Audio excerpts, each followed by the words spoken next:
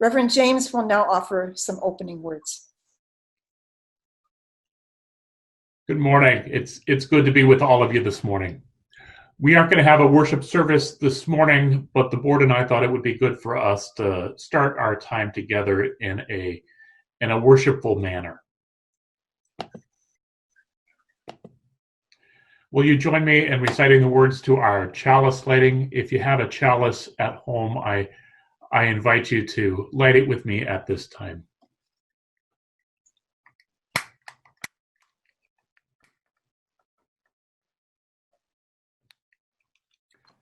As we kindle this flame, we recommit ourselves to the mission of this congregation to build a Unitarian Universalist community that transforms lives and empowers people to serve the world. May the light of this flame be welcoming to all who seek a liberal religious home. Before we formally begin our meeting, I'd like to offer a few short words. Our meeting this morning is a reminder of our congregational polity, which is a defining aspect of the liberal religious tradition to which this congregation belongs. Congregational polity is just a fancy phrase that means that the ultimate authority for what happens in a congregation lies not with any distant denominational authority, nor with any clergy, nor even with an elected board, but with the congregation as a whole when it meets as a whole. As a form of congregational governance, it's a tradition that's nearly 400 years old. And so this morning we carry on a religious tradition which is older than our nation itself. However, a lot has changed since the first congregational meetings were held in Plymouth, Massachusetts nearly 400 years ago. While our Puritan spiritual forebears were very familiar with plague, I doubt that any of them could have ever imagined that one day a congregational meeting would be held by Zoom because of a pandemic or the challenges that we would face in doing so. But I'm asking all of you to keep those challenges in mind this morning and to help us meet those challenges together. In order to help this meeting run smoothly, your elected lay leaders have done a lot of preparation. They publicized materials related to this meeting weeks in advance. They held multiple meetings open to all to discuss the important items on the agenda. They invited any questions you had by email and phone. They have spent hours and hours working to make this technology work. My sincere hope is that many of you have already raised all the questions you've had and spoken all of your concerns previously. But if you still have a question that you have been pondering in your heart for the past several weeks but have not yet dared to ask, I encourage you to ask it today. If you must speak from your conscience on a particular issue, I encourage you to do so. Yet, I'm also asking all of you to practice a degree of humility this morning. I'm asking you to practice some trust in your elected leaders who have spent hours and hours thoroughly examining each item on your agenda and carefully weighing which steps are most likely to help us as a congregation move forward. I'm asking you to practice compassion and respect in your interactions with one another. I ask you to remember that today is not a time for recreational argumentation, and to respect each other's time, remembering that brevity is one of the ways that we show compassion to one another. My friends, let us celebrate today all that we have done together during the past year and celebrate all that we may do together in the coming year. And let us lift up our hopes that today's meeting will be a reflection of the shared values we cherish most deeply among ourselves. Mary Kay, will you please proceed? Thank you, Reverend James, and welcome everyone to this first-of-a-kind annual meeting. Due to the COVID-19 pandemic and the restrictions on large group gatherings, we are holding this meeting online. We really regret that friends of our fellowship aren't here with us today. We did our best to find a way to keep this meeting simple and secure for everyone so we could focus on the content and not get tangled up in the technology. For this year, that meant limiting participation just to members. This meeting is being recorded though, and it will be available for them and for you if you wish to view it later. We're glad that you've all joined us, and we will now call the meeting to order. Next slide, please. First, a quick look at our agenda, which we will vote on to approve during the business portion of our meeting. We're going to start with member recognition, and then Bill McMillan will provide an overview of tips on how to participate in this virtual meeting. To begin the business for today, Billy Lyles will review our covenant, and then I'm going to review meeting procedures. Then our secretary, Sheila Higgins, will call the quorum for us. Next, we're going to approve the agenda and proceed to considering the 5 items that we published for approval. And finally, we'll take some time to highlight this past year. I have some comments to share from the board perspective. Jim Van Kirk, our incoming president, will help us look at the year ahead. And Reverend James will share some highlights from the lead minister perspective. Next slide, please. So we're going to begin with member recognition. The Michaels Irwin Award is named after Barbara Michaels and Rand Irwin, both of whom were longtime members of our congregation. Barbara and Rand consistently shared their time and considerable talents with UUFR, day to day and year to year. Their actions helped shape the character of our congregation.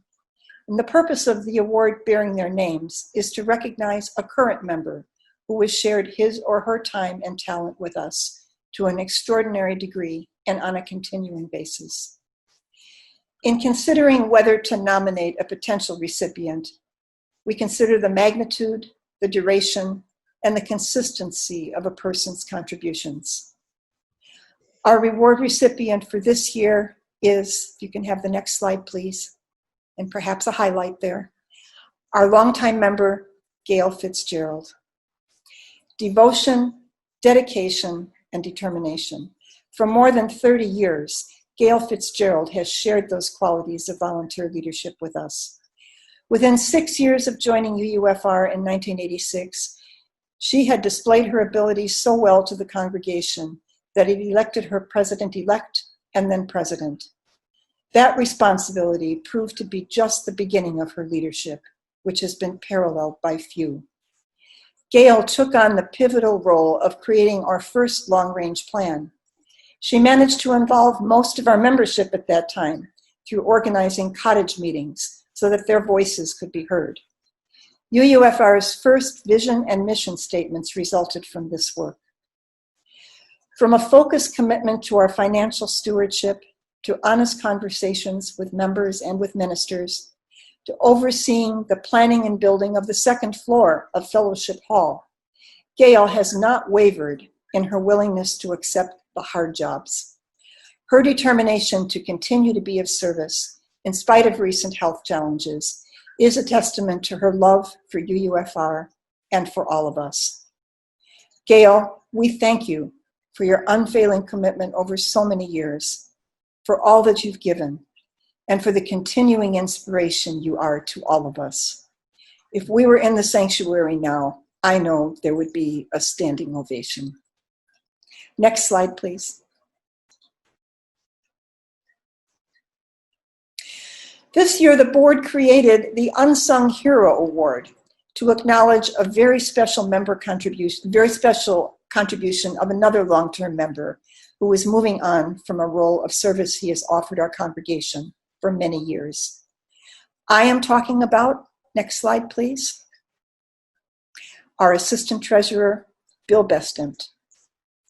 UUFR has benefited greatly from the contributions of members assisting with the administrative work of this church, but very few have contributed as much over such a long period of time as Bill. From the time he and Linda joined UUFR, Bill looked for ways to contribute his extensive financial management and accounting skills.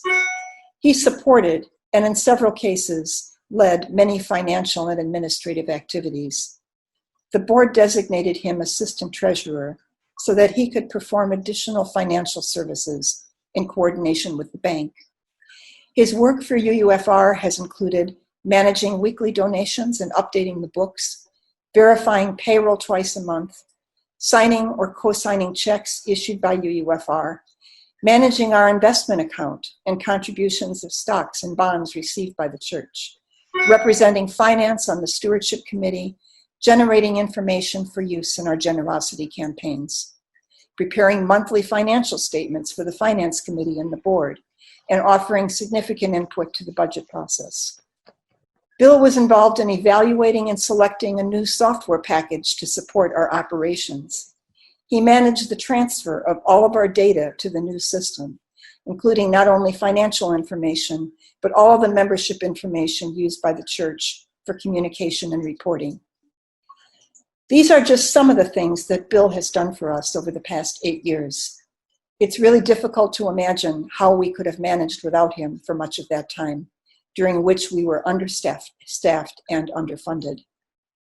Bill, on behalf of all of us, thank you for your expertise and your timeless service to this congregation. We'll be scrambling to fill the holes as you leave your role as assistant treasurer. You really are our unsung hero. Next slide, please.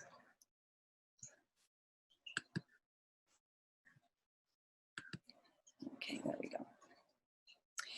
I want to recognize our board members here who are completing their terms of service at the end of this month.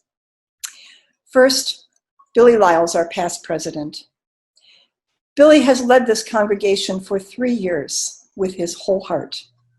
He has led us through one of the most difficult chapters of our history, giving us the grounding we needed to stay focused and true to our mission. With his leadership, we prevailed.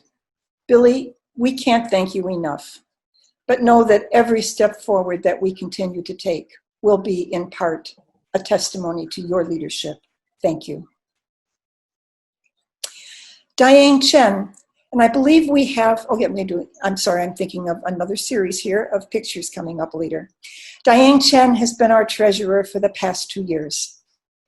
If we were a ship at sea, Diane would be our compass, keeping us on course and mindful of our destination.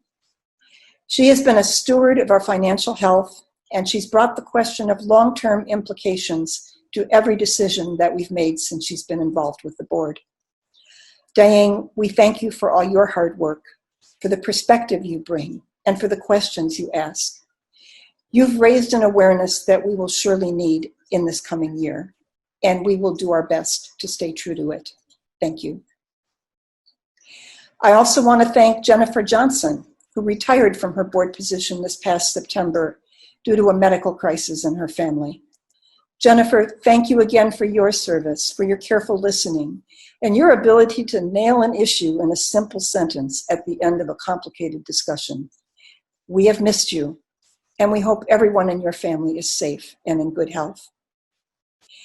Amber Nimex joined your board this past October to complete Jennifer's term as member at large. Amber's professional background and past involvements with UUFR bring skills and insight to all of the work that we do. We're delighted that she's agreed to serve for another 2-year term and hope that you will support her nomination.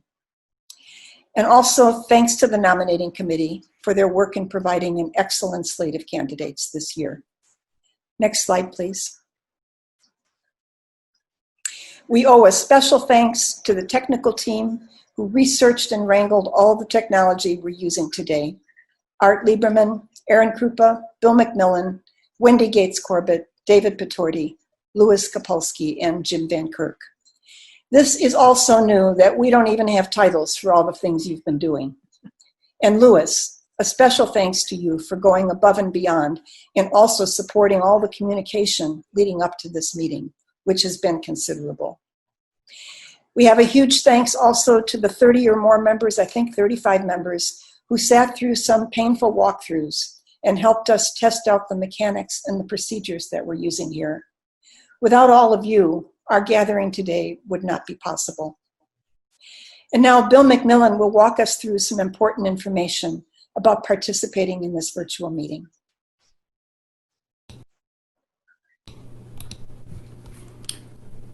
Okay. Thank you, everyone, for joining us this morning and for being here for this very important meeting. I'm Bill McMillan, and I've been working with the 5 technical people that Mary Kay just cited. We'll be acting as your Zoom meeting host, doing a variety of tasks throughout the meeting, and trying to make the overall online interactive meeting experience for you go smoothly. So I'd like to start by just pointing out a few Zoom features that we may need as we go along. First off, as you may have noticed, everyone is pretty much muted, and we control the muting and unmuting as hosts.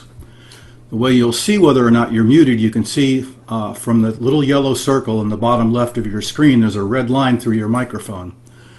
And that should be fairly consistent between the PC displays as well as smartphone and iPad. They all should show your microphone icon with a line through it when you're muted. Now,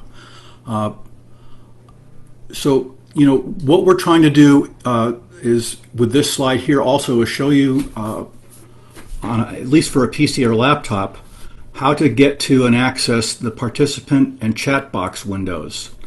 You'll be needing those windows as a process to request to speak during the meeting. So this slide shows you to use those icons when you need to, and I'll be explaining more about how the request to speak works in my briefing. Now the next slide, please. If you're using an iPad or a smartphone, getting the participant window is a little less. What happens is if you're looking at at either one of those screens, you'll see a participant icon. On the iPad, it'll bring up a window on top of your other windows. On your iPhone, it will replace your windows. So you'll be able to go into the participant screen, and then you'll need to close it to get back to the regular Zoom screen. Next slide.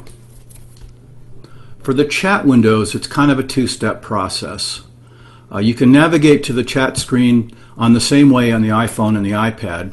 First, you must select the More icon that's at the bottom left of your slide there. You see a yellow circle around the word More and 3 dots.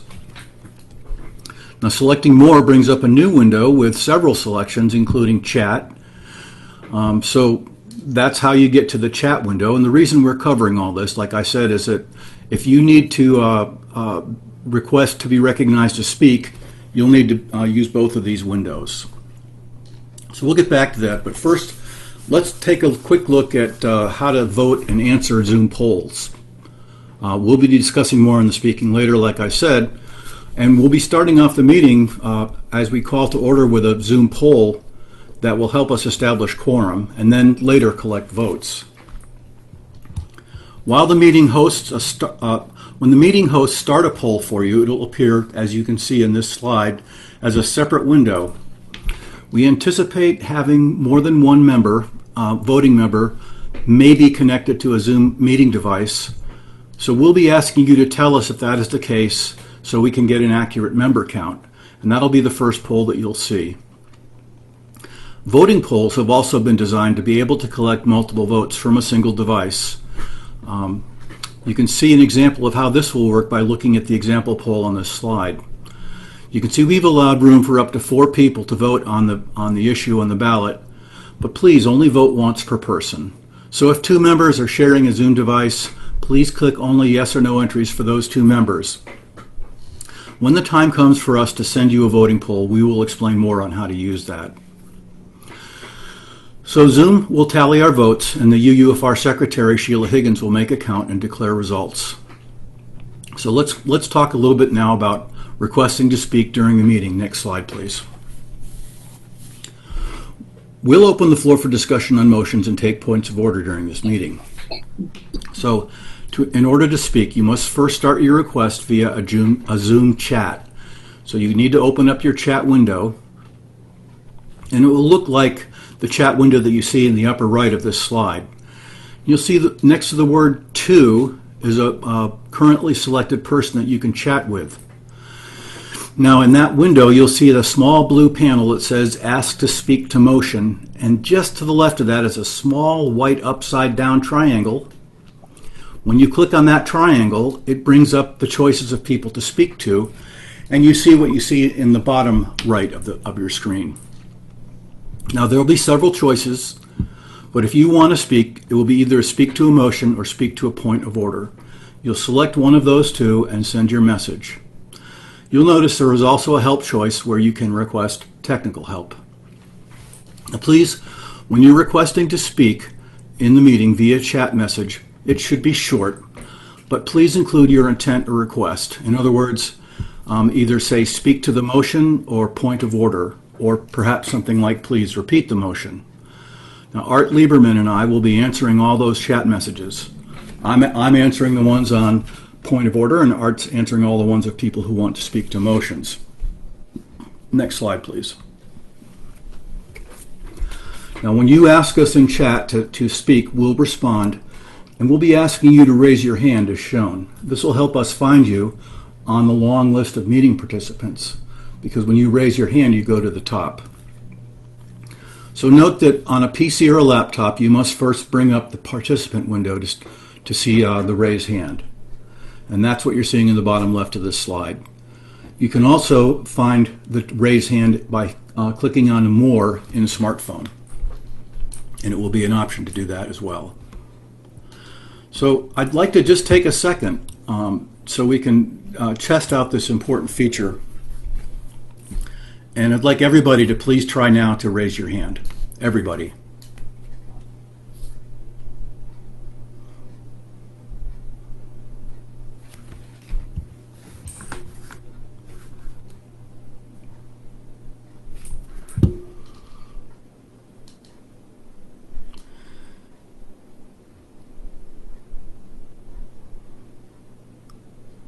Okay, we've got a few people that seem to be working their way towards raising their hand.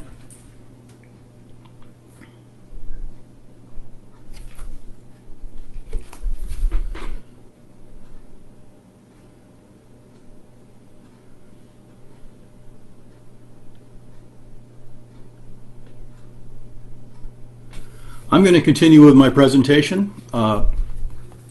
It's important that if you are going to try to speak in the meeting that you find the participant window and click on the raise hand icon when asked.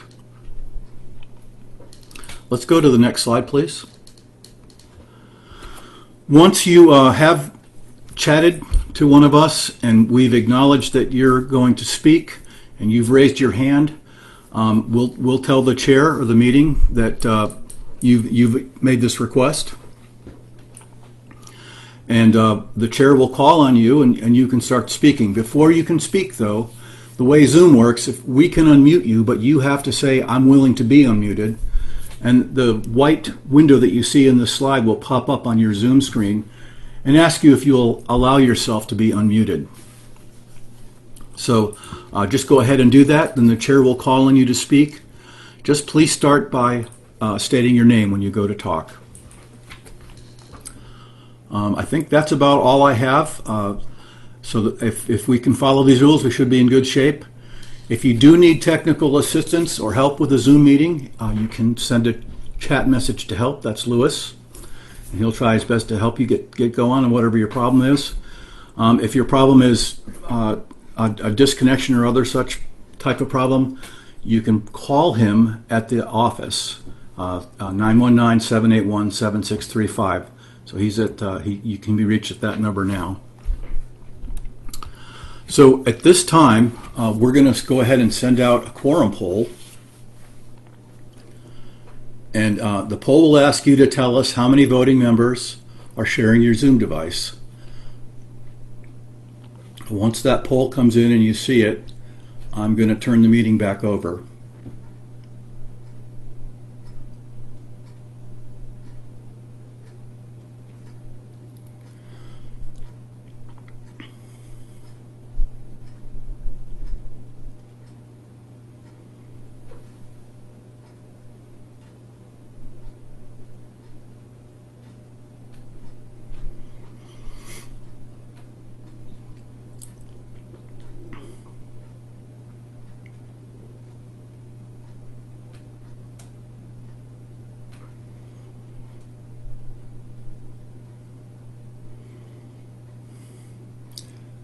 I'd just like to say you guys are doing great. We've got a 90% vote so far. So this bodes well for the rest of the meeting. Thank you very much. We'll leave this up just for another minute or two while people cast their vote, and appreciate all your cooperation and listening so far. You're doing great. Mary Kay, I'm going to hand it back to you at this time. Okay, thank you for that overview, Bill. Again, if anybody has questions about the information Bill has shared or about the mechanics of how to participate, please use that chat function and send a question to help. Next slide, please.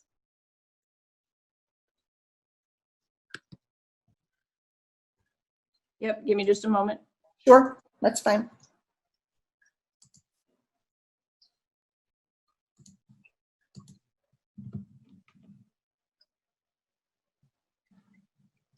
Okay, so this is our quorum count. Okay, and the next slide, please.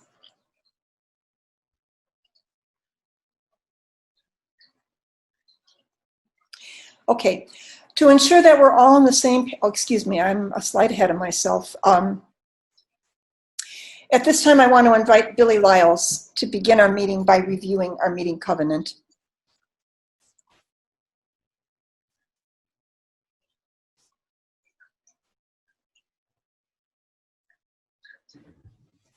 Good morning. So good to be here with everyone. Thank everyone for, especially our team, for making the extra effort to do this new way of business in these unusual, stressful times. We thought that this would be the least risky way, and that following the guidelines suggested by our government and the Center for Disease Control.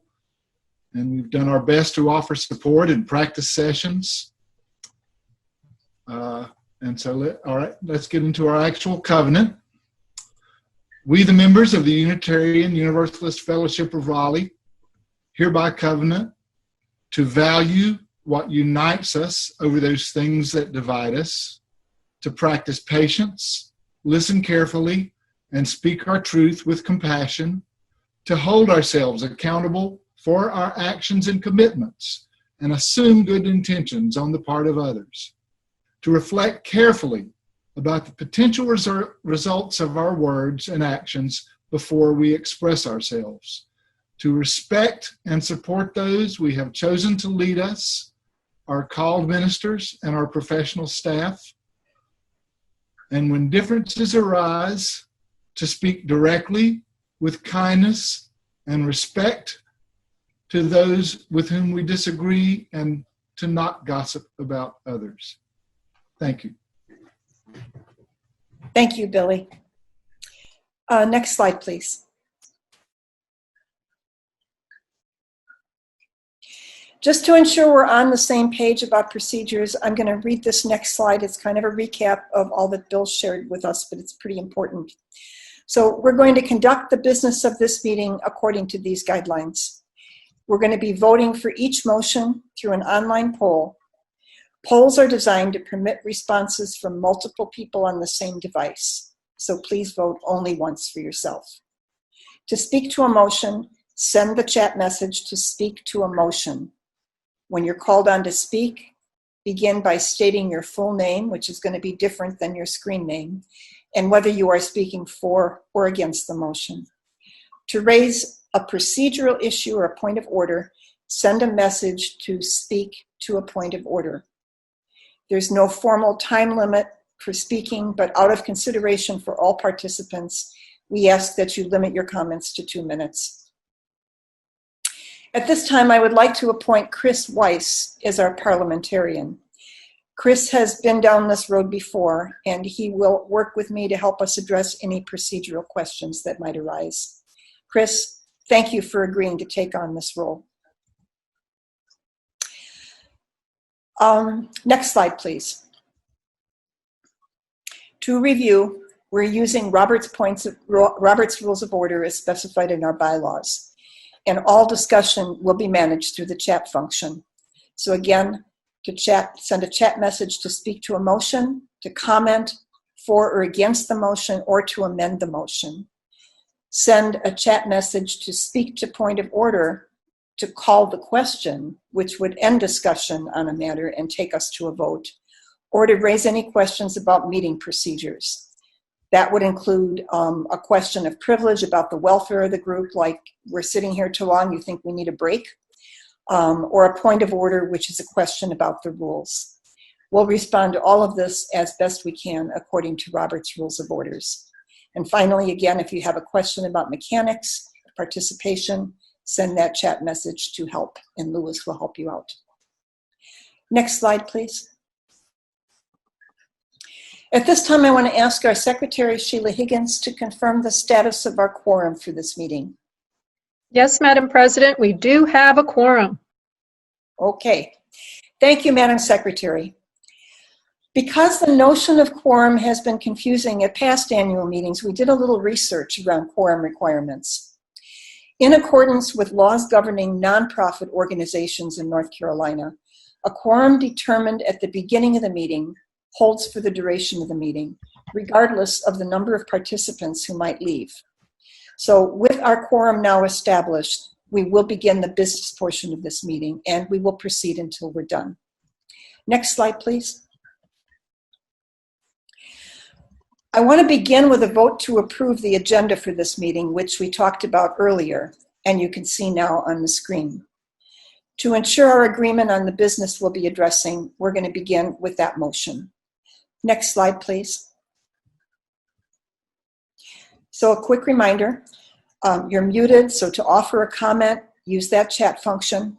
Type the words "speak to a motion" in the message to confirm that that is your request. So you're going to send that chat to "speak to a motion" and then type those words in the message line, because we want to make sure you didn't end up there by accident.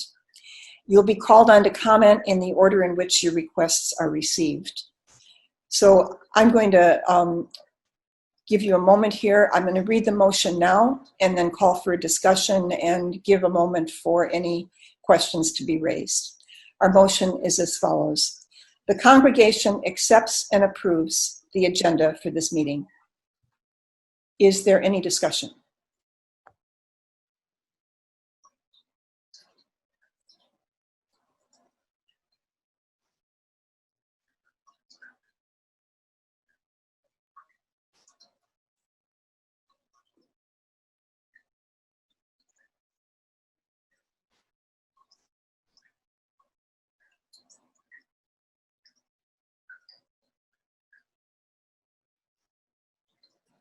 Okay, I'm just going to wait a few more seconds, and then whomever is monitoring that chat line, would you let us know if there's anything coming in or if it looks like we're ready to proceed?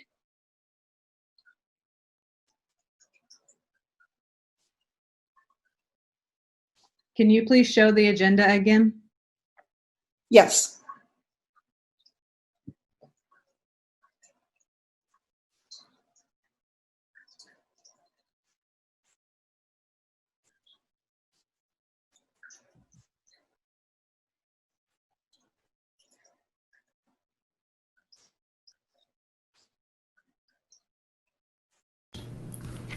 Mary Kay, this is Bill McMillan. I've seen no discussion. Okay, thank you, Bill. Will the technical team please post the poll for this vote?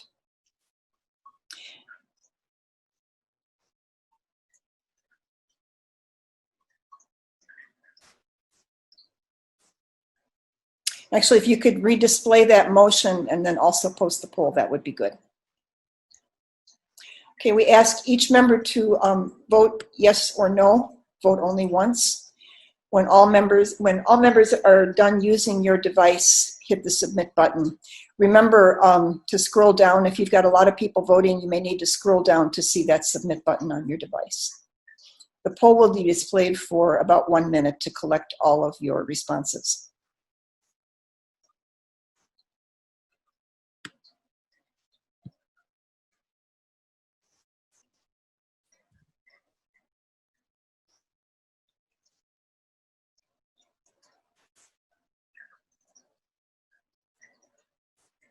Got about 15 more seconds to vote. Okay, and just a reminder here, with our voting at this meeting, our decision is determined by a simple majority on these motions. and some members may choose not to vote, but we're looking for a simple majority.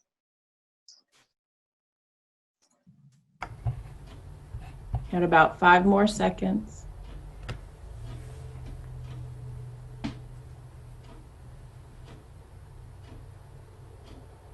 I'm ending the poll. Okay, thank you. Madam Secretary, can you announce the results of this Yeah, vote? 1 moment while I tally, and Okay. we'll get back with you. Thank you. Mary Kay, this is Bill. We've had some questions about was there a second to the motion? Oh, the motions that have been published on our agenda and that were introduced by the board in putting that agenda together, according to Robert's Rules of Orders, do not need a second. Okay, thank you. Yeah.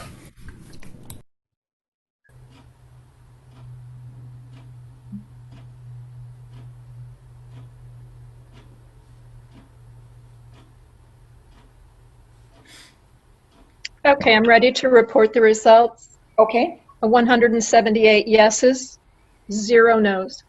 Okay. All right, so that motion is approved. If we can have the next slide, please, we'll move on to the next item of business. Okay.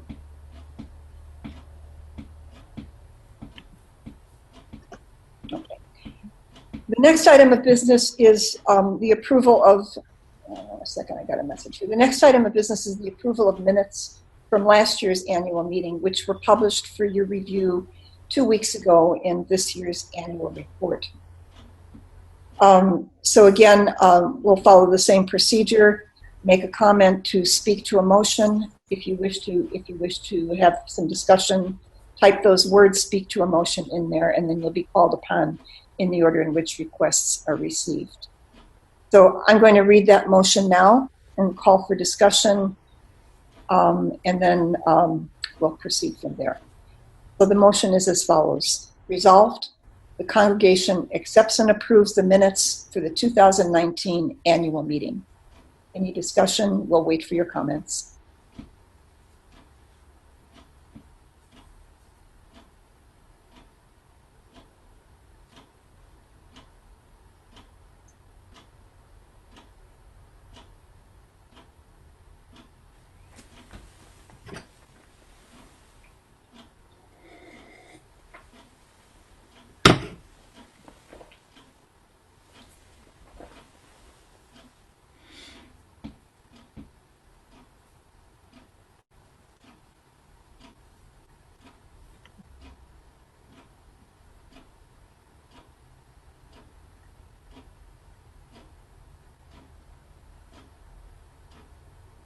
Mary Kay, I'm not finding any requests for discussion. Okay, thanks for that feedback. Will the technical team then please post the poll for this vote? And again, as before, that poll will be displayed for about a minute.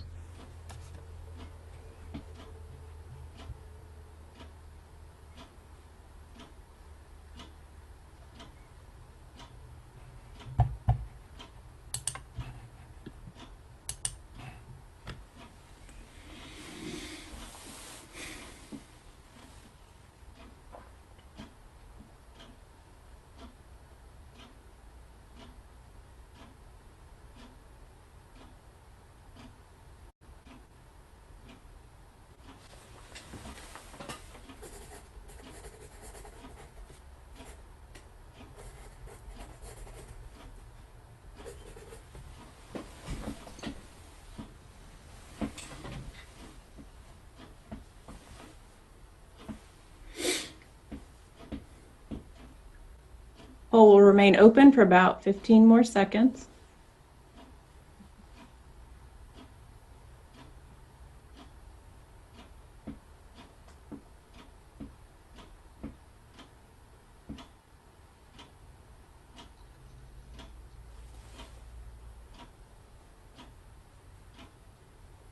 About 5 more seconds.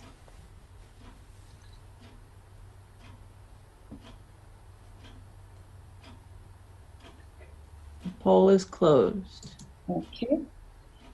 1 moment while I tally, and I won't give out the results until I get a go from one of the co-hosts. Okay.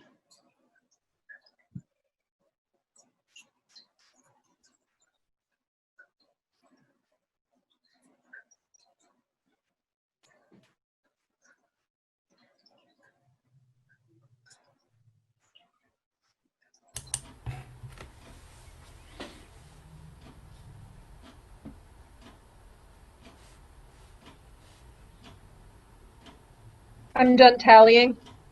Okay, and the results? Do we have approval to share the results? Yes. Okay. Okay, I'll go ahead and do that. So we had 177 yeses, 0 nos. Okay. Thanks for the results. The motion passes, and we will proceed with the next piece of business. Next slide, please.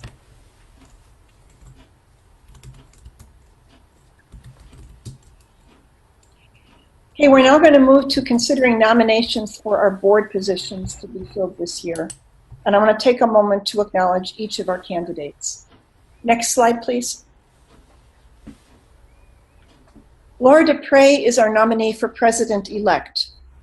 This is the first position in the first year of a 3-year term.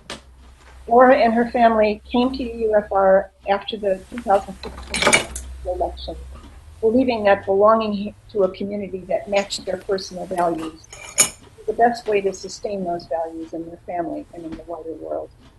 She's delighted to be part of a community where her children find support and encouragement to grow from others outside of her family. Laura is a special education teacher and has used her skills in evaluating and addressing complicated issues in her work for the past 3 years on the nominating committee, which she currently chairs. Next slide. Paul Groves is our nominee for a 2-year term as treasurer.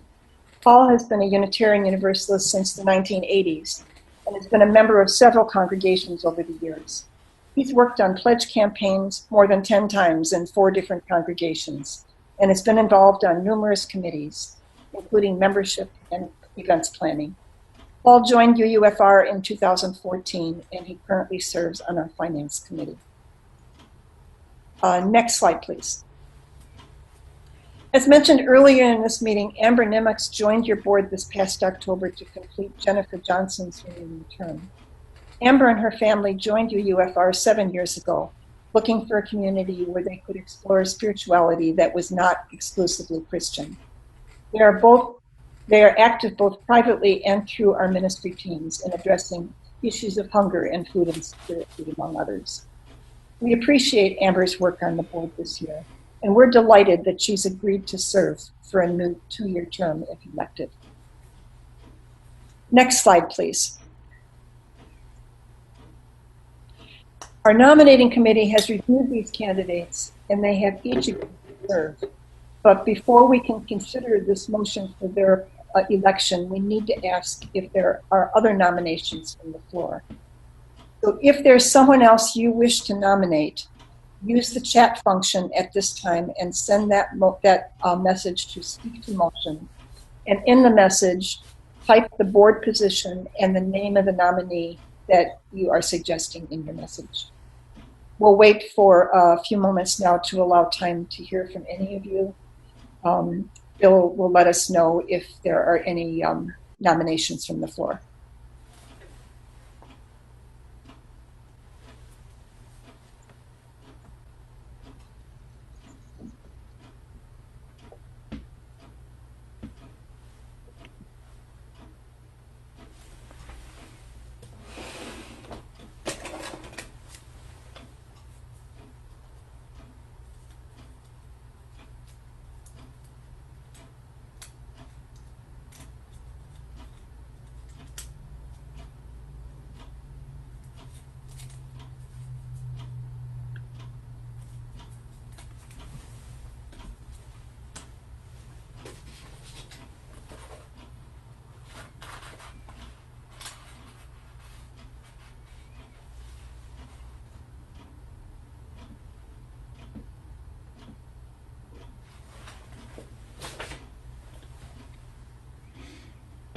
Mary Kay, we're not finding any requests.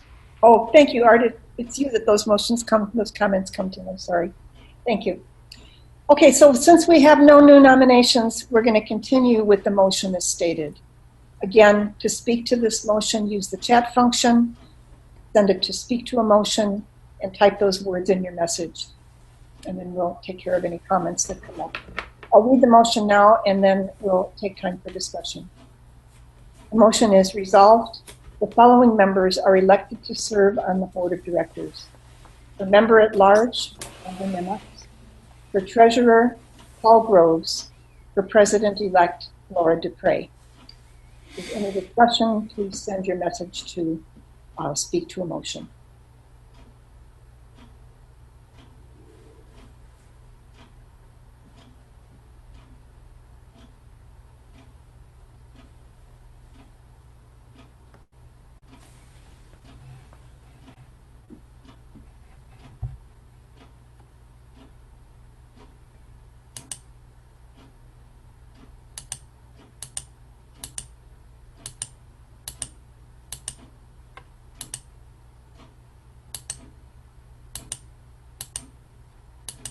Mary Kay, Yes, sir. Rebecca Elliott has posted a question. What is the time for the treasurer? Term, I assume she means. The term for the treasurer is 2 years. The term for the board member at large is also 2 years, and the term for the president-elect is 3 years. One is president-elect, one president, and one is past president.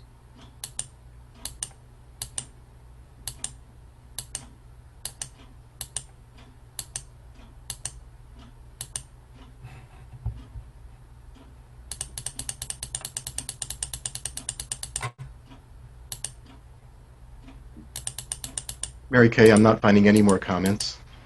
Thank you, Art. Okay, so at this time we will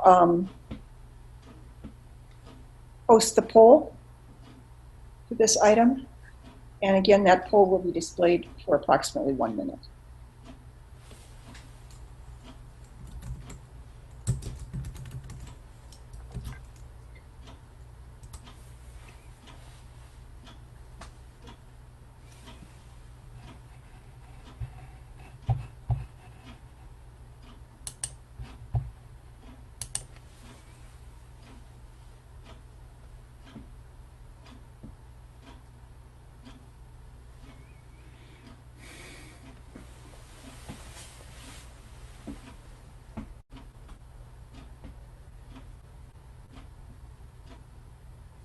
Will be open for about 30 more seconds.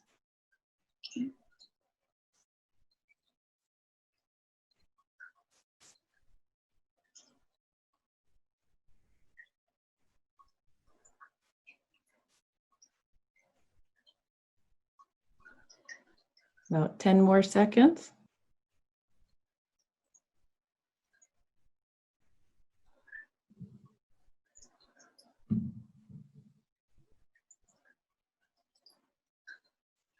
Closing the poll. Okay. Madam Secretary, you can just announce the results of when you have them ready. Sure. One moment.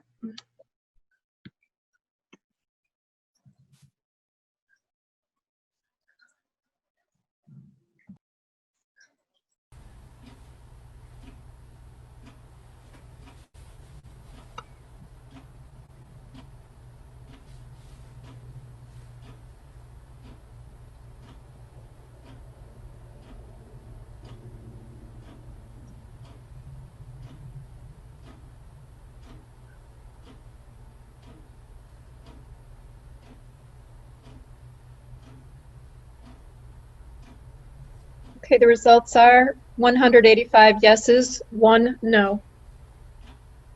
Thank you for those results. The motion passes. Our next item of business is nominations for the nominating committee. These positions are going to be filled this year. We'll take a moment now to acknowledge our candidates. Positions on the nominating committee are for a 3-year term. Next slide, please. Our first candidate is Judy Edmonston. Judy is a longtime member who discovered UUFR in the late 1980s. She was deeply involved in youth religious education while raising her children.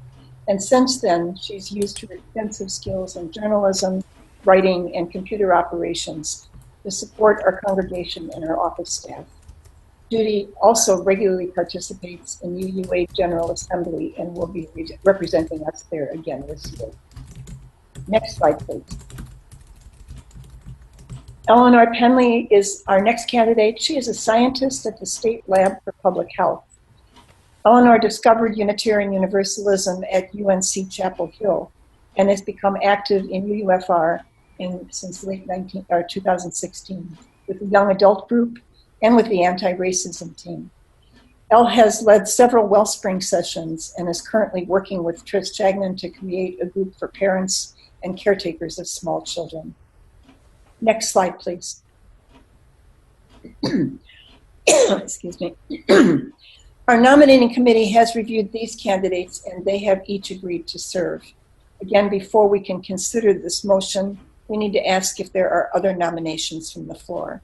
So once again, if there's someone else you wish to nominate, use the chat function at this time and send a message to speak to a motion. Type the name of the nominee you're suggesting in your message. We'll wait for a moment now to allow time to hear from anyone who has a request.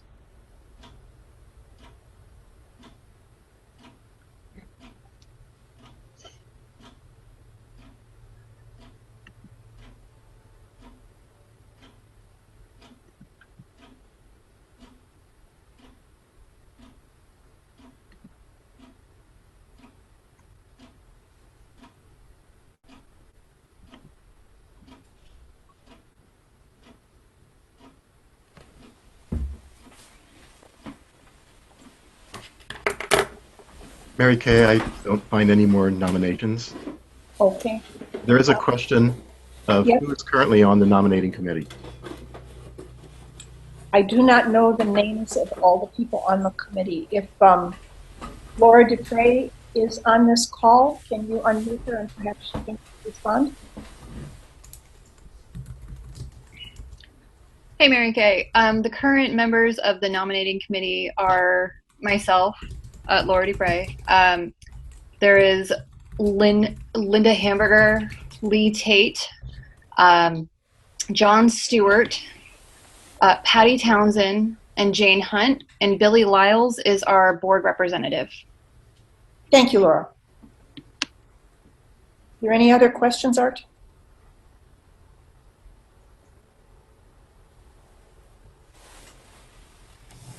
No, Okay. they're not. Okay, thank you. Since we have no new nominations, we're going to continue with this motion as stated. Again, use the chat function, send a request for comment to speak to motion with those words in the message line, and we'll call on you as we receive those requests. I'm going to read the motion now and then until discussion and exchange. The motion reads as follows. Resolved, the following members are elected to serve on the nominating committee. Members Judy Edmonston and Eleanor Penley. Is there any discussion?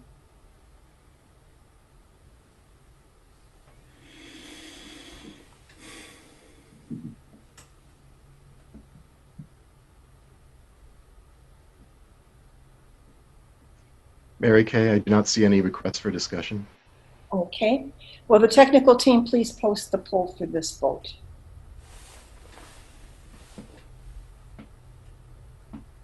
And then, Madam Secretary, you can just announce the results after they've been collected.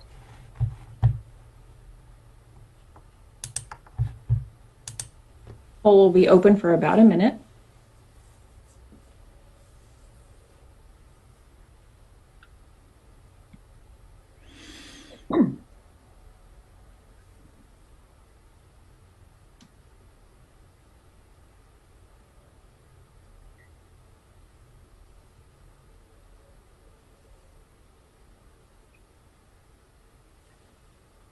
About 30 more seconds.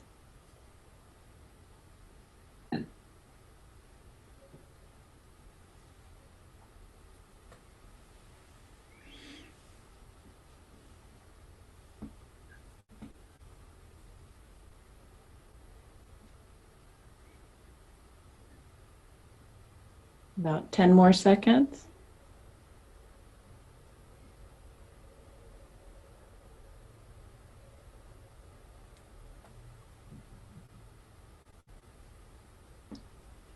Poll is closing. Okay, one moment while I tally. Okay.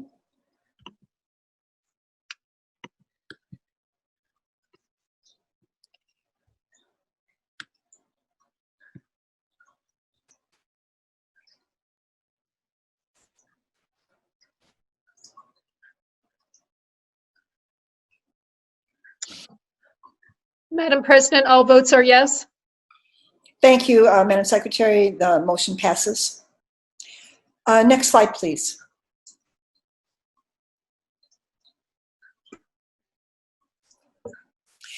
Our fourth item for approval today is our membership in the One Wake organization. At this time, Chris Olson will share some comments to provide some context for this vote.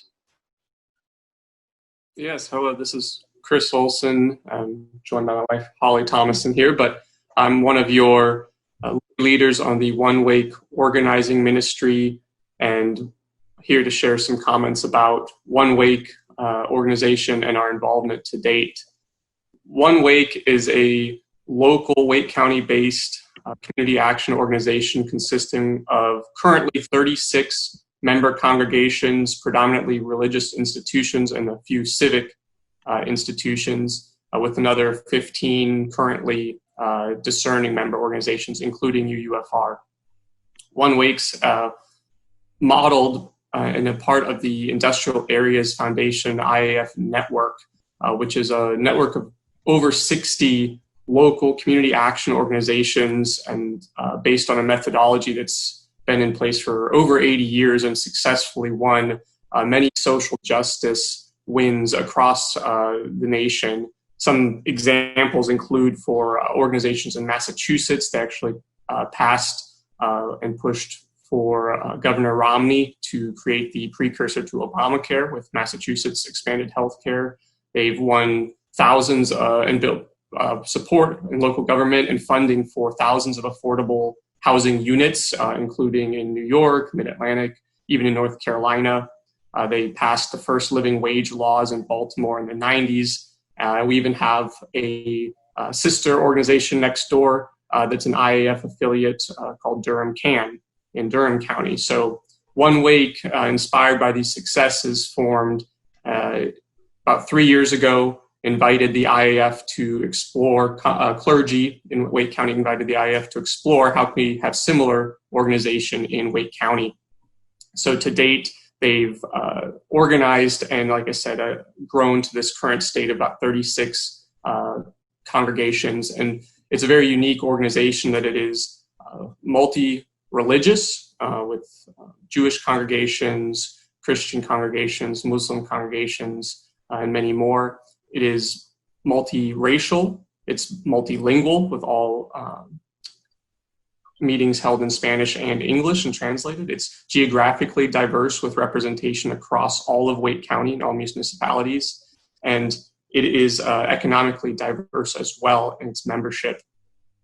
One Wake has held to date engaged over 3,300 residents to have listening sessions to set its agendas. And it works for social justice efforts based on those, what it's hearing from the community. So currently those objectives include support and issues in education, affordable housing, and living wages.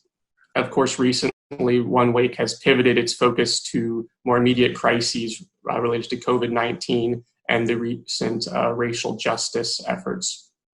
So UUFR, how we've been involved to date since January, when Reverend James introduced the idea of our participation in One Wake, we've had a very strong outpouring of involvement that we're grateful for from UUFR, even as we've been a discerning member. We have over 140 members on our One Wake mailing list participating in the discussions there. We've had 2 relational meeting trainings with over now 70 of our UUFR members trained in relational meetings. We've held over 60 relational meetings, even within our own congregation. to engage each other and understand each other and build relationships here. We've contributed over 90 public comments and joined press conferences related to COVID-19 housing aid. And actually, as part of that, helped One Wake in its successful gain with the Wake County Board of Commissioners of $7 million in emergency housing and rental aid recently due to COVID-19 impacts. And even this weekend, One Wake, UUFR members joined One Wake in its support of REMA and for its march yesterday and prayer walk in related to racial justice. So very grateful for that support so far. And on a personal level, it's been a great opportunity for me to get to know our congregation better, get to know members of other congregations, and work towards systemic change in Wake County. What do we get from joining, and why would we want to join? Well, UUFR has a strong history and strong passion for social justice, but there are many things we cannot do on our own related to systemic change, where we are just not large enough as one institution. This is a chance for us to amplify our voice and join like-minded social justice-focused organizations in the county, and together work for systemic change and hold leaders accountable to the changes they promise. That's the great opportunity. And we bring a lot to One Wake with that strong history of social justice work, our experience, our members' passion and skills. We have a lot to offer in joining One Wake and supporting their organization. So it's a great opportunity, and I've been very grateful to be part of it. Mary Kay, with that, I'll pass it back to you. Thanks for your comments, Chris. At this time, I'm going to read the motion and then call for discussion. Remember, again, you're muted, so use that chat function. Speak to motion is the motion. The message would go to speak to a motion with those words in the comment line. Here's our motion. Resolved, the Unitarian Universalist Fellowship of Raleigh approves congregational membership in the One Wake organization. Is there any discussion?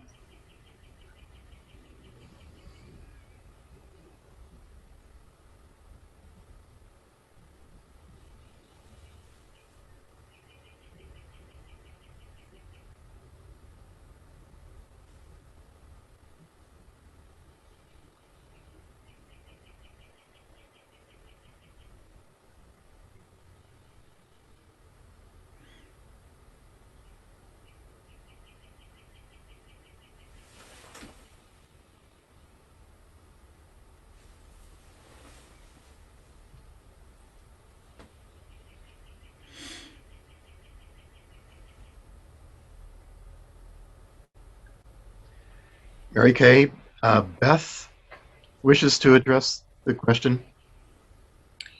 Beth? Beth? Yes. Beth, could you please state your full name and whether you're speaking for or against the motion? I may have jumped the gun here. It's Beth Ligori, and I had a question. What does our commitment entail, both from a financial perspective and in any other measure? Reverend James, would you like to speak to that?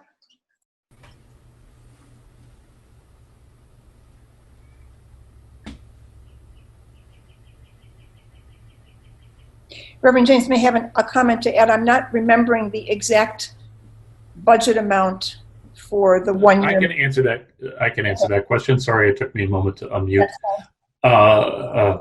This year, the budget amount is 0.5% of our operating budget, and next year, the expense will be 1% of our operating budget.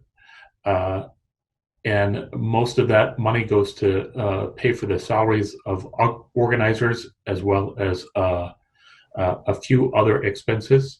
That's the financial commitment. The other commitment is active participation in One Wake activities.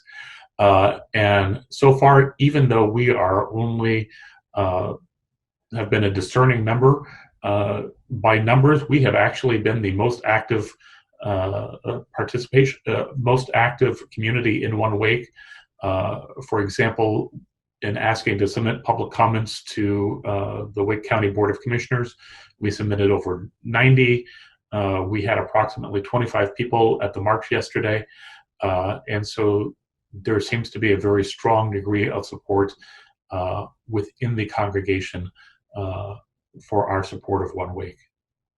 Thanks, Reverend James. And I would also add that this motion is for this year's membership. This is not a permanent commitment, so based on the experience that we have this year, we will revisit this commitment for the upcoming church years after 2021, and use this as a discerning process for our involvement. Are there other comments or questions? And thank you, Beth, for raising that.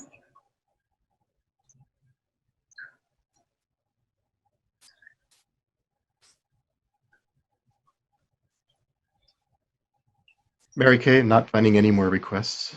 Thank you, Art. Will the technical team please post the poll for this vote? And then, Madam Secretary, again, you can just go ahead and announce the results whenever you're done with your analysis. Poll is open. It will remain open for about a minute.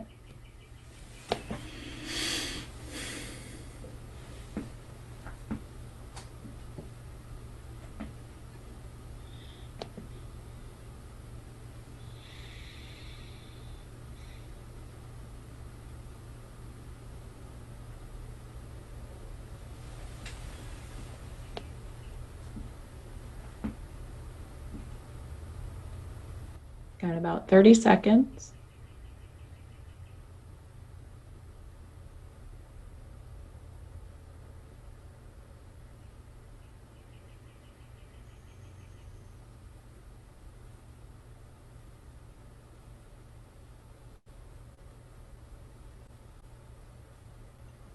About 10 more seconds.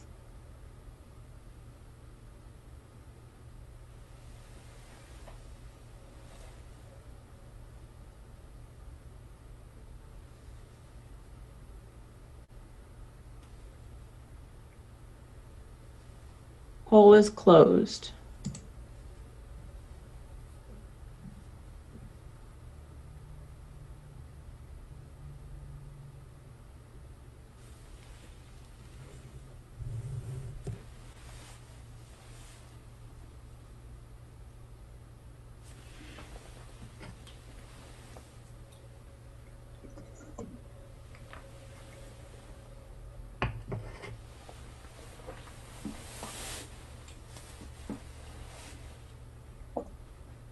Madam President, we have 183 yes votes, 2 no votes. Thank you. With those results, the motion passes. Before we proceed with considering the budget, which is our next item of business, Diane Chen, our treasurer, would like to provide some comments about our financial health from her perspective as treasurer. And after that, Reverend James will offer some comments as well regarding the proposed budget. Diane, when you're ready, you can go ahead. Thank you, Mary Kay. Good morning, everyone. I will take a few minutes to report on UUFR's current financial health.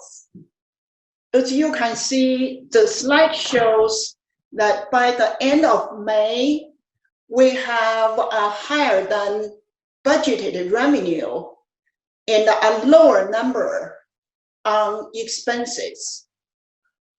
The variance on the revenue side is a positive $63,721. And the differences on expenditure end is a negative $30,763. That means we have more money coming in, less money spent. The third line shows, based on the budget we passed last year and the positive financial numbers the current year. Last week, we transferred $12,000 to our reserve fund. Next slide, please. Here are a few key balance information. Up to May 31st this year, we have a total reserve balance of $60,888. Most of you remember we have a very generous member made a large contribution. It's called One Heart Fund, which is going to be used for the renovation of our campus, specifically for Peace Hall. So up to May 31st, we have a balance $215,246. The last number showing on this slide is current outstanding mortgage loan. We have a mortgage loan which is due in 2024. Currently, we have an outstanding balance $354,521. Next slide, please. Here, I will share a few good news. As you can see, we have a very good revenue for this year. We have a positive revenue. It mostly based on the pledge our members made. And we have less expenditure and also a strong income on rental income. The second good news is we are able to transfer $12,000 as we budgeted to the reserve account. Another good news is last month we received $44,000 from Small Business Administration under Payment Protection Plan program. Then we have scheduled to do a third-party financial audit. Because the staff's schedule, we postponed that financial audit to the coming year. Next slide, please. Lastly, I will share a few concerns with you. We anticipate a lower rental income for the coming year due to COVID-19. Our reserve fund is still much lower than it should be to cover unforeseen circumstances. We also need to establish UUFR's fiscal policy with a long-term view. We are also in the process of restructure our financial procedures and tasks relating to managing our finances. Mary Kay, that is my update. I am sending that back to you. Okay, thank you, Diane, for sharing that information. Now, Reverend James will share some comments about our budget forms and provide a quick recap and context for the proposed budget. Next slide, please.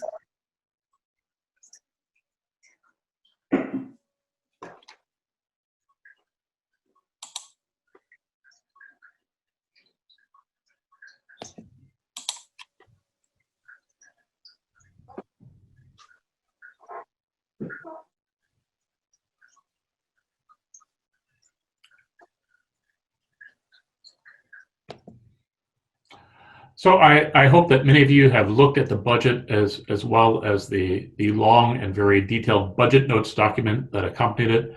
But let me provide a brief overview. The budget that has been presented to you is a result of a long process that involved a lot of input from you and communication with you as a congregation. It's based on goals that were adopted by the congregation last spring at its congregational meeting then and clarified by the board last fall. These goals were used by the board to set budget priorities in January, which were shared with the congregation in February at the beginning of the generosity campaign. And I'm very happy to report to you that due to the really extraordinary generosity of all of you, this budget includes the 3 priorities the board chose in January. Number 1, it funds current programming. Number 2, it funds the hiring of a membership/volunteer coordinator. And number 3, it funds dues for One Wake. In addition, it raises compensation to $15 per hour for our lowest paid staff members and brings compensation for Reverend Sasha, our assistant minister, up to UUA recommended compensation levels. And very importantly, it's a balanced budget. I know that there is a great deal of uncertainty about the future, and that uncertainty makes a lot of people anxious. It makes me anxious. If circumstances change, the board will be able to make changes to the budget in the future. But for now, I think this budget is realistic. It does not pose unnecessary risk, and it helps the congregation to take strategic steps to realize its mission and its vision. Mary Kay, I'll turn things back to you. Thanks, Reverend James. Your comments give us a framework for this final item of business today. So we'll now move into considering the motion for budget approval. Again, we're using the chat function to send any request for comments to speak to a motion, typing those words, speak to a motion in your message. Here's the motion as we have it today. Resolved, the congregation approves adoption of the proposed budget for fiscal year 2021. We'll take time now to receive any comments for discussion.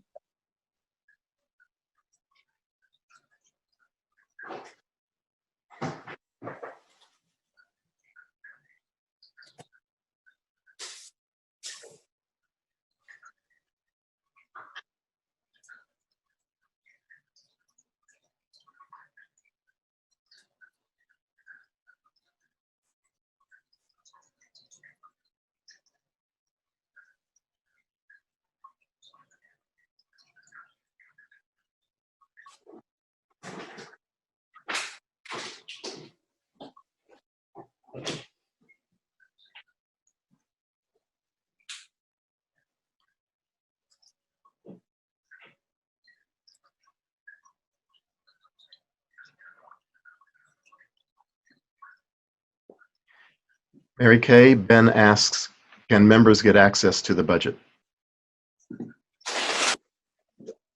Yes, Ben, the budget was published in the annual report, which we released about 2 weeks ago. And I believe there are also links that have been available on our webpage to access that information.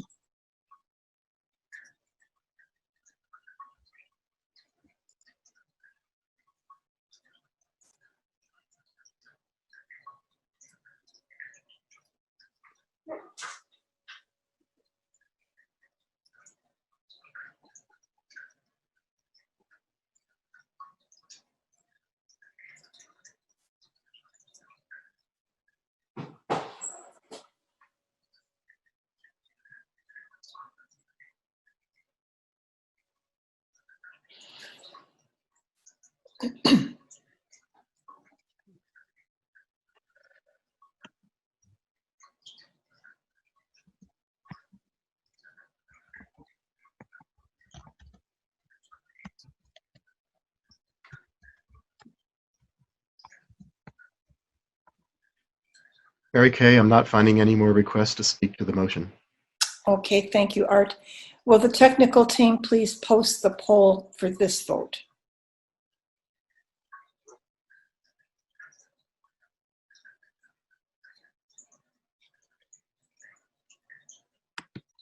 Poll is launched. It will be open for about a minute.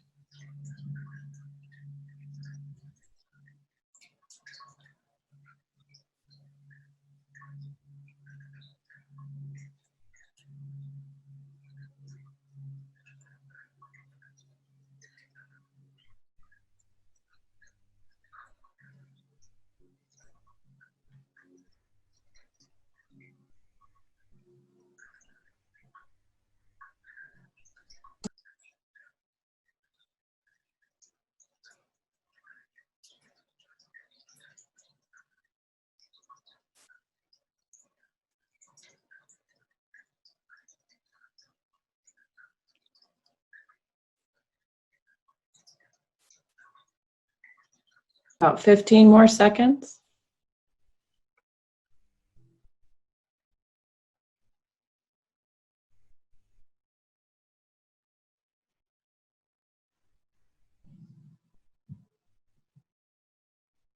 Five more seconds.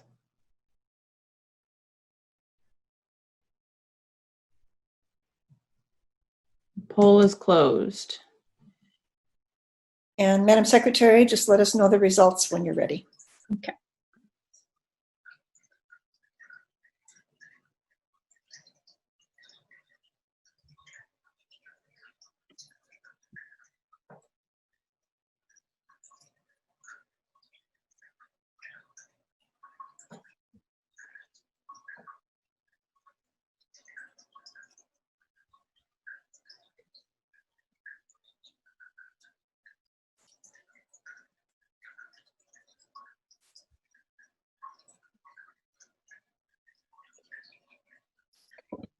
Okay, we have 174 yeses and 4 nos.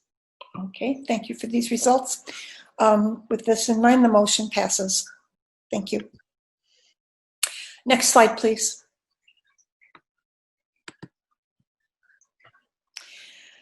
So when we planned our board work for this year, we intended to refocus on our goals from last year. And as you can see from the slide, I'm just going to give you a little bit of update of what we've managed to accomplish. With those goals in mind, we thought we would be making some changes, knowing that we'd begin working with Reverend James and he would have some input to provide for us. As it turned out, we got more change than we expected this year, but we still managed to accomplish quite a bit. A lot of that change was occurring in the last couple of months here with the COVID-19 emergency. There's a lot of information in the annual report about the work your board has been doing this past year, but I just want to take a few minutes here to share a few of our highlights. First, recovery, regaining our footing after last year's trauma. This is one of our key accomplishments this year, was navigating the turmoil, our way out of the turmoil caused by our previous minister's departure. And one of our major concerns in the middle of all of that was the safety and the well-being of our staff. Your board recently met with the staff to see how things have been going, and I'm delighted to tell you that every staff member, without exception, expressed relief, a sense of bonding as a team, and genuine confidence in Reverend James as their supervisor. We'll continue to meet periodically with the staff and with other key groups across the congregation to keep a finger on the pulse of the health of our fellowship. But this was a great achievement, and we're very grateful. Secondly, goals. We spent several months this fall working closely with Reverend James to combine the goals we prioritized as a board with the developmental goals Reverend James was tasked with addressing, and consolidated them into a series of congregational goals that we shared with you earlier this year. We identified which parties, the board or Reverend James and the staff, would address the tasks supporting those goals and how we would all work together. Everything we've done this year has been prioritized in relation to those goals. And I have to say, having this plan in place made a critical difference in our ability to respond quickly to the challenges that the pandemic represented. Then there was governance. After the departure of our minister last year, your board got deeply involved in daily operations of the fellowship. We quickly realized 3 things. First, the importance of having a competent lead minister to oversee all of that. Secondly, the value of working openly and together with that minister. And third, the importance of keeping our congregation, all of you members, informed of what we're doing. This year, we began reviewing and bringing current our committee structures, our policies and procedures, something that hasn't been done in quite some time. We worked with our nominating committee and our board committees to clarify how we work together and to explain more clearly what the work of these groups involves. We have an updated social media policy in place from our Healthy Congregations Committee, and there are other policy updates that are currently in progress. We've done our best all year to keep you advised of what we're doing through regular published updates, through town hall discussions, small group meetings. We're working on improving those communication channels. and we're looking forward to using them and to you using them as well. Another important item that we've addressed is evaluation and formalizing a ministerial evaluation process. We've worked closely with Reverend James to develop a plan for ministerial evaluation, which we are trying out for the first time this year. It goes far beyond the surveys that you've seen in the past, and it includes gathering input from across the congregation, from focused small group discussions overseen by the Committee on Ministry. This past week, we rolled out some online forms to invite comments from all of you. Feedback about Reverend James will be gathered by the board, and feedback about staff and programming will be gathered by Reverend James. We will each consolidate what we receive and use that input to improve the quality of our staff work and our interactions, and to inform the decisions we need to make about our direction and priorities in the coming year. We're counting on your participation, and we look forward to your feedback. We consider this a pilot, and we will make adjustments as needed based on our experience with this. Then in terms of campus updates, this year we've also made some major progress in tending to our campus. Early in the year, we approved an updated safety plan from the Safety and Security Task Force. We have plans for adding solar panels to our fellowship hall roof,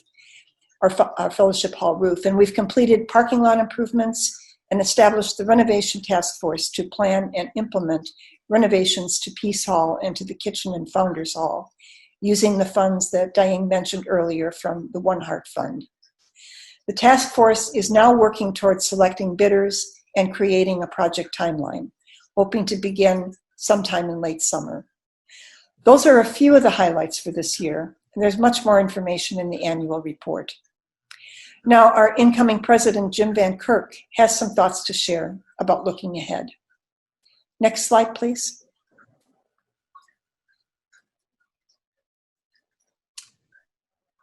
Hello, everyone.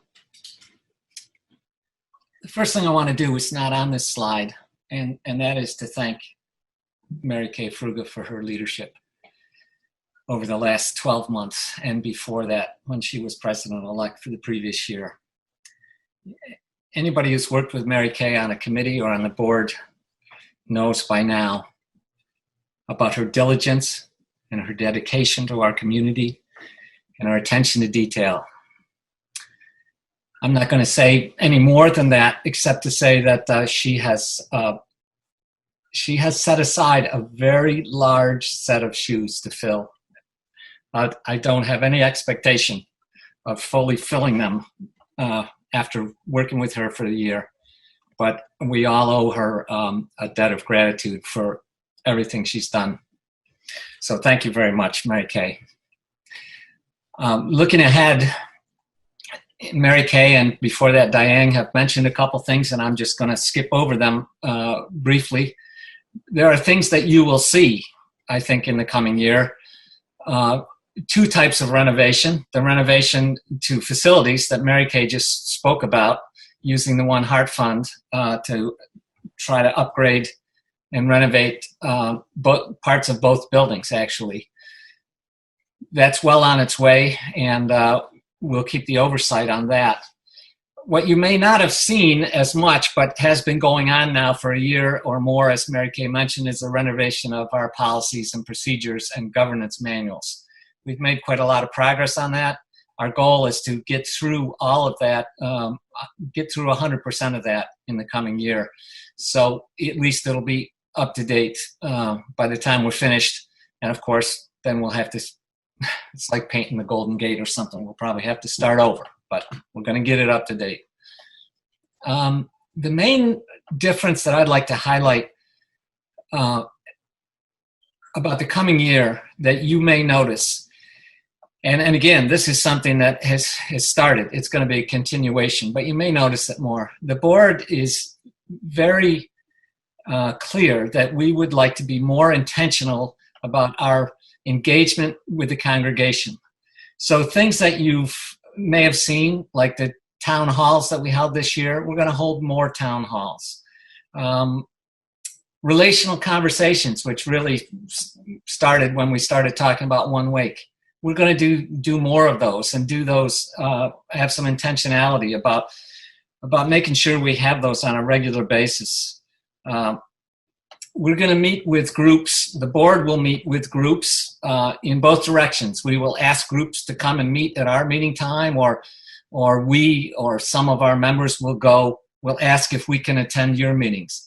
The whole idea being that the board needs to learn what the congregation wants and to represent those things as we move forward. You know, I guess every successful church organization or fellowship starts out as a very small group, as ours did decades ago with just a handful of families. And once you get a board of directors in those early stages, the board probably are the people that do most everything, including cleaning up afterwards, planning, sometimes giving the sermons or holding the services. UUFR has moved along an evolution towards a much larger church. We're not a large church yet. Maybe we're medium to medium large. But the board is looking to evolve as UUFR has evolved. So we'll be somewhere on that continuum. We're not going to be an operational board that does all the planning and the cleaning up and brings the salad to the potlucks.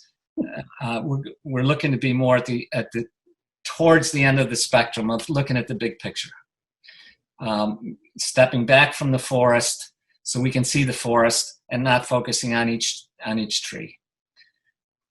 And finally, the last thing I want to say was, as Mary Kay had asked me to put this little talk together about looking to the future, it occurred to me that at any point in the last 3 or 4 years at least, it was crazy to try to predict the future. We've gone through ministers leaving. We've gone through asking ministers to leave, new ministers. And of course, now we've gone through the pandemic. We're going through it. Big things happen that throw plans awry. So I just want to say this. Now more than ever, at least for me, UUFR has demonstrated its importance in my life. So I don't really know what's going to happen with UUFR in the next 6 months. I have faith. And those of you who know me know that I don't use that word lightly. I have faith that UUFR is going to be a really important part of my life, and that it's going to be a really important part of the life of people in Raleigh and in Wake County and in this country.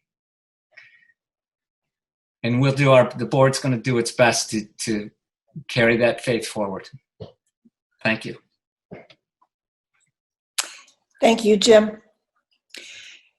We owe a lot of what we've accomplished and what we're able to hope for to Reverend James and to the commitment and experience that he's brought to us in our community. So, Reverend James, we want to take a few moments here to hear your thoughts about this year, about what's gone on and about what your hopes might be. Next slide, please.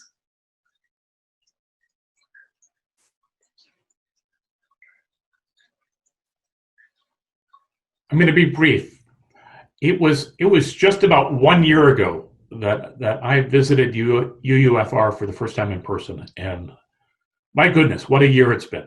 I do hope that many of you have read the written report I submitted for this meeting, but let me just say a few brief words. It's always difficult to begin a new ministry, but I truly want to thank all of you for the warm welcome to UUFR that so many of you provided to me and my family, both to the congregation and to the Raleigh area. Good ministry is always the result of strong relationships between the lead minister, other staff, lay leaders, and members of the congregation. And because of the strong relationship that we've started to form with one another, we've been able to do many things together this year. I especially want to thank past President Billy Lyles, our current or outgoing President Mary Kay Fruga, and our incoming President Jim Van Kirk for their strong leadership as well as their personal support for my ministry. Here's just a short list of areas of ministry where we've made improvements or started new programs, which all align with board goals. We've changed how we welcome visitors. We've made changes to our worship services.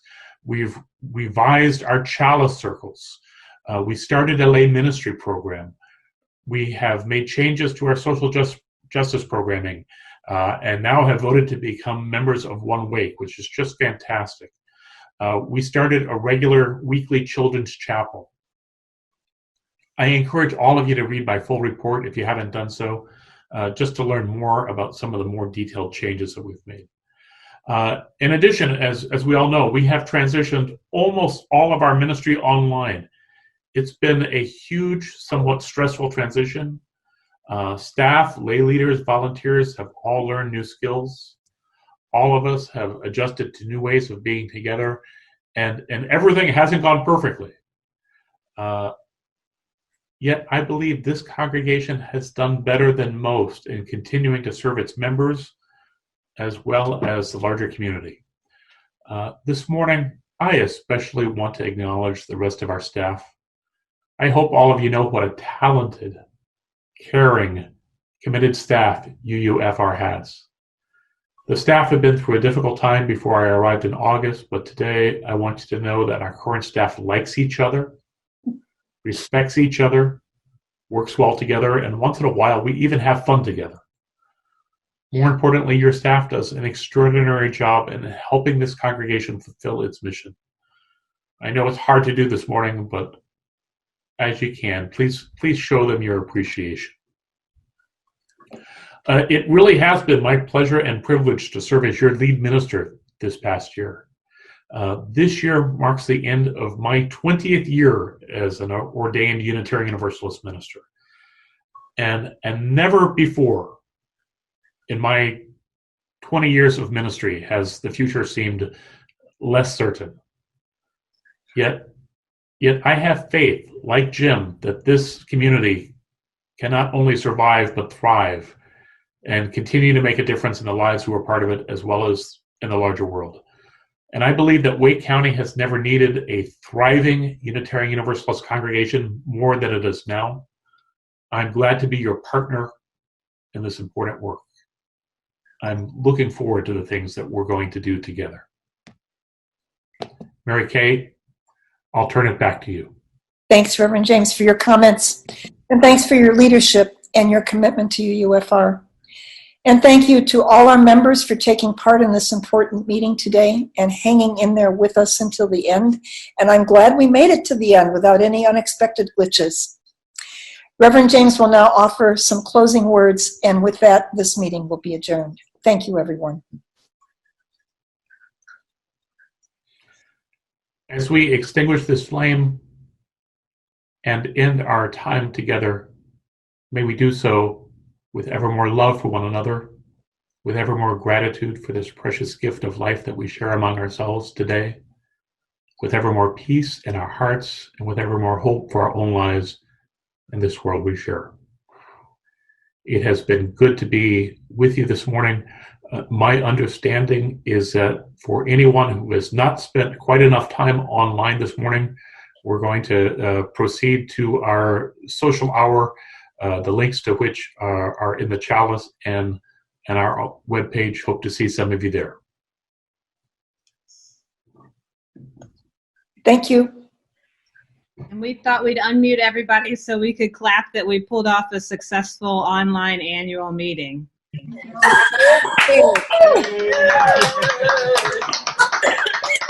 Great job. Great job. Well done, guys. Yeah, very good, very good. Tech team.